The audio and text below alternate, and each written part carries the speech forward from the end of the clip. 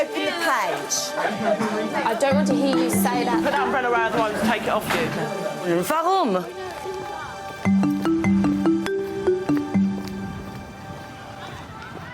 How can teaching assistants work with teachers to provide effective support in managing behaviour?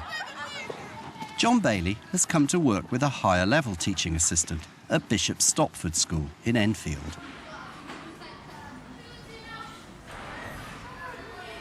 Right, so they need to jot that down then, don't they? Jane Rickson and Science NQT Rakesh Ram have evolved a good working relationship which produces results when things are going well. How well it's worked.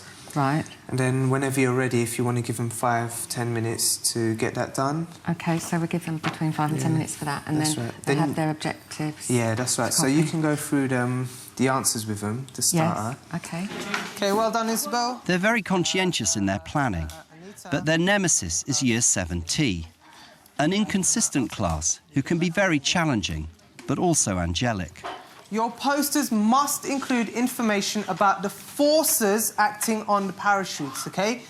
I've been looking at your posters, and a lot of them, they're really nice, the diagrams are brilliant, but there's no information on the forces. So, tissue paper. Tissue paper, so these are strings. First of all, we used a plastic bag. Underneath. Jane's a mum with grown-up children and used to be the senior science technician at the school before training 4 years ago as an HLTA. Are the forces going to be balanced on your diagram? Yeah, because if the forces aren't balanced, they'll go a different way. That's right, so if the forces are... If it's already moving and the forces are balanced, what's going to happen to it? It should go down. It'll still keep going down, won't it, at the same speed? It won't just stop mid-air, will it? 3, 2, 1, go! Impressive, well done. If 10 was very good, if 10 was that lesson, whereabouts are they most of the time on a scale of 0 to 10? 4 or 5. Yes, So you both? 4, yes. OK. Come on, everybody, you know what And so they prove to be in the next lesson. Girls, hurry up, come on, quickly, to your desks. OK, Klein, you need to stop talking. Get on with work. Klein, come on. Oh, what's that? Klein, not interested, get on with your work. It's Chungo. Klein, it's the third time I've asked you, get on with your work. They're on task, but they're very noisy. They love getting on each other's nerves and trying to get each other in trouble. And it's not just the same few people, it's a majority of the class, which makes it really hard to control who's sort of doing what. Right, Year 7, stop talking! Year 7, I'm waiting for quiet in 3, 2, 1.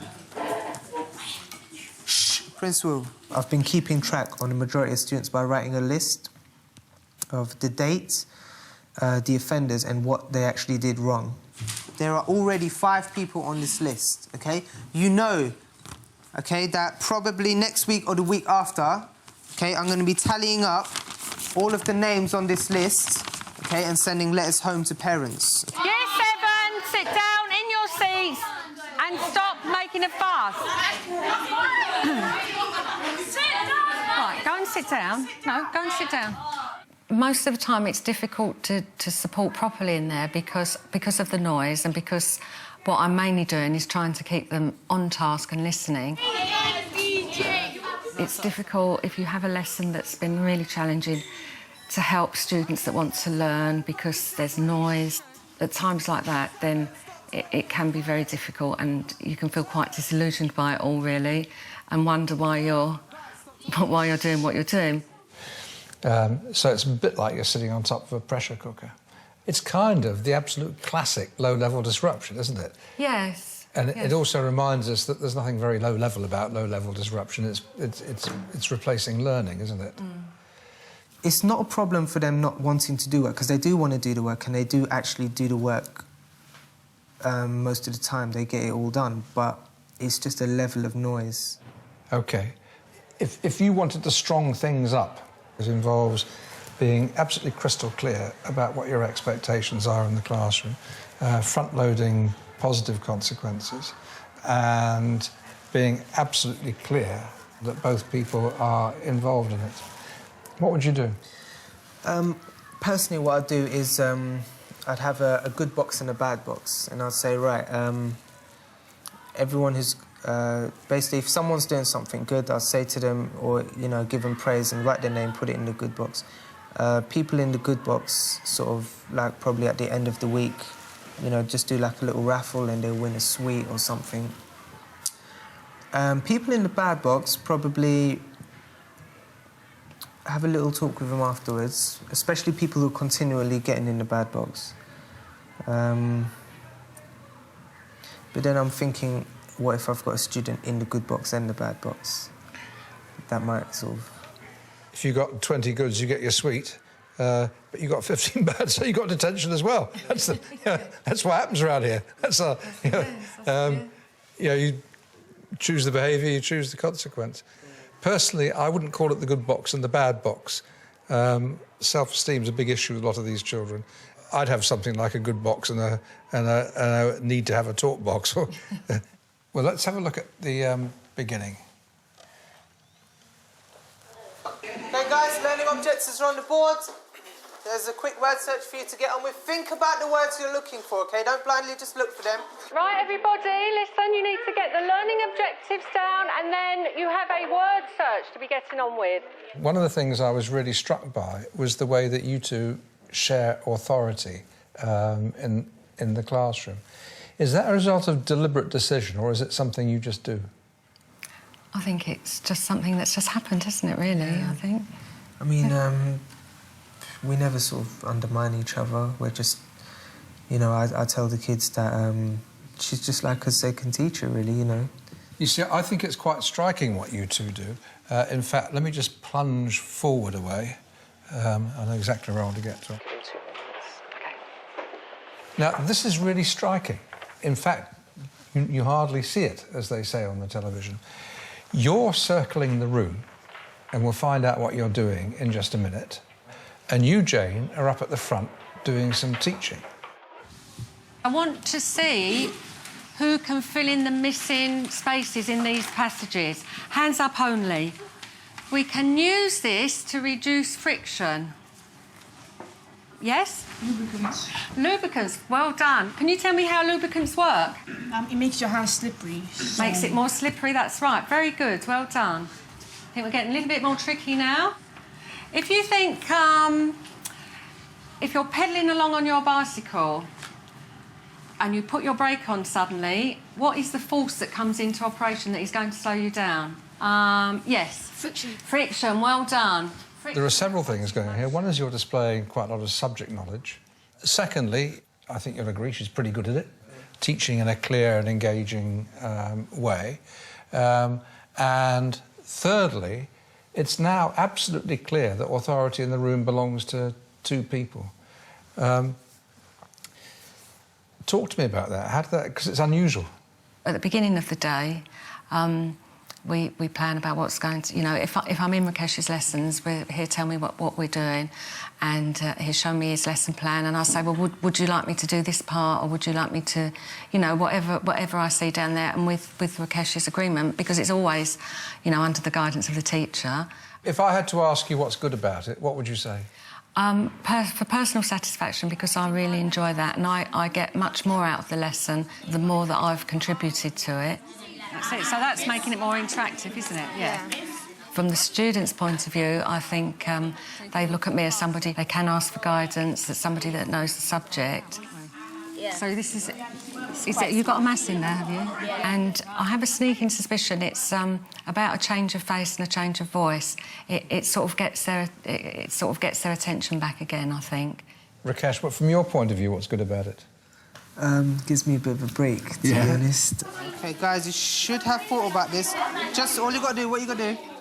It enables me to sort of, while Jane is teaching, to sort of go to the more disruptive kids and just stand by them, just to sort of make sure that they're on task and they're listening. I like this sharing of authority. Does it make it more likely that you and she will talk together during the lesson about how things are going, about what might happen next? Oh, yeah, definitely. Yeah, we do sort of very quickly. We do, yes. Give them till...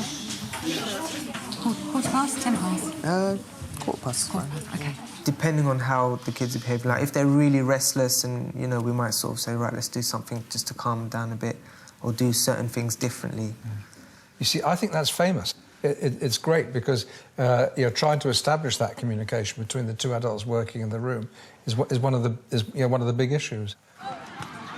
John wants Jane and Rakesh to make use of their joint authority to produce more consistent behaviour by setting up positive consequences as well as the negatives, and by praising good work. Right, Year 7, you should be doing the learning objectives now, and after you finish that, you need to link the keywords with the definitions, please. Hurry up. Kenneth? Oh, yeah. OK, come on. 2 more learning objectives to get done. Well done, Principal. Excellent. What I want you to do is to draw the diagram and add the forces on it. OK? Right, is everybody clear about what we need to do? Right, OK. Shh. 1 sec. You've got 5 minutes, OK? That is 1 minute per diagram, an additional minute to think. All right? Don't forget to tell them that's a brilliant working style of Year 7. Really pleased. So you're nailing, it's called catching them being good, so you're nailing the behaviour when they're doing it. Right, there is some talking in the front row. I don't believe that you've finished yet. You were doing extremely well a couple of minutes ago. Right, this is the level. Shh. This is the sound level that I want, OK? This is a good sound level, right? You got a picture on my hand. Let's see your picture. That's one. We're talking about measuring and heaviness, OK? We're starting to build up a nice little picture here. Klein said something absolutely brilliant, OK? Klein, could you say it again? Everyone, I want you to listen to this. Nice and loud, Klein. Like, if you're holding something heavy and you drop it, the gravity will be pulling it down faster. Excellent, brilliant. This is fabulous. Let me have a look. Amount of you is still there. You have to Very good. Very nice handwriting too. That's excellent. Thank you. OK, so you need to get this written down. This one is lovely. Let's have a look. Oh, thank you. Let's have a look. Very good. You've got everything down there, yeah? Excellent. And I read the forces that are being used as well. Yeah, everything's there. That's excellent. Right, see you later, guys. Khalil, well done. Excellent.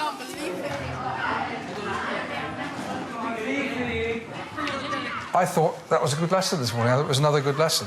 And I think that you, and both of you, need to be more explicit. Instead of saying, shh, shh, be quiet, I think you need to be doing more saying, when I'm talking, I don't want people talking under. That shh, shh, shh tends to be a sign of stress. And in just the same way, I thought it was great this morning when you were saying, this is just the kind of sound level I want, well done. And I think you should both do that even more. Be absolutely clear about what you want and every opportunity. Because when you do it, it works, doesn't it? You both did it this morning. I thought, aha, that's absolutely brilliant. The more that you do and share the merits and stuff, the better. I think, a few more stars and stickers and all that. I think when you're sort of concentrating on behaviour, it's easy to overlook the good behaviour. I think that's a mistake I definitely make, and not reward the good behaviour and comment on it, definitely. Yeah.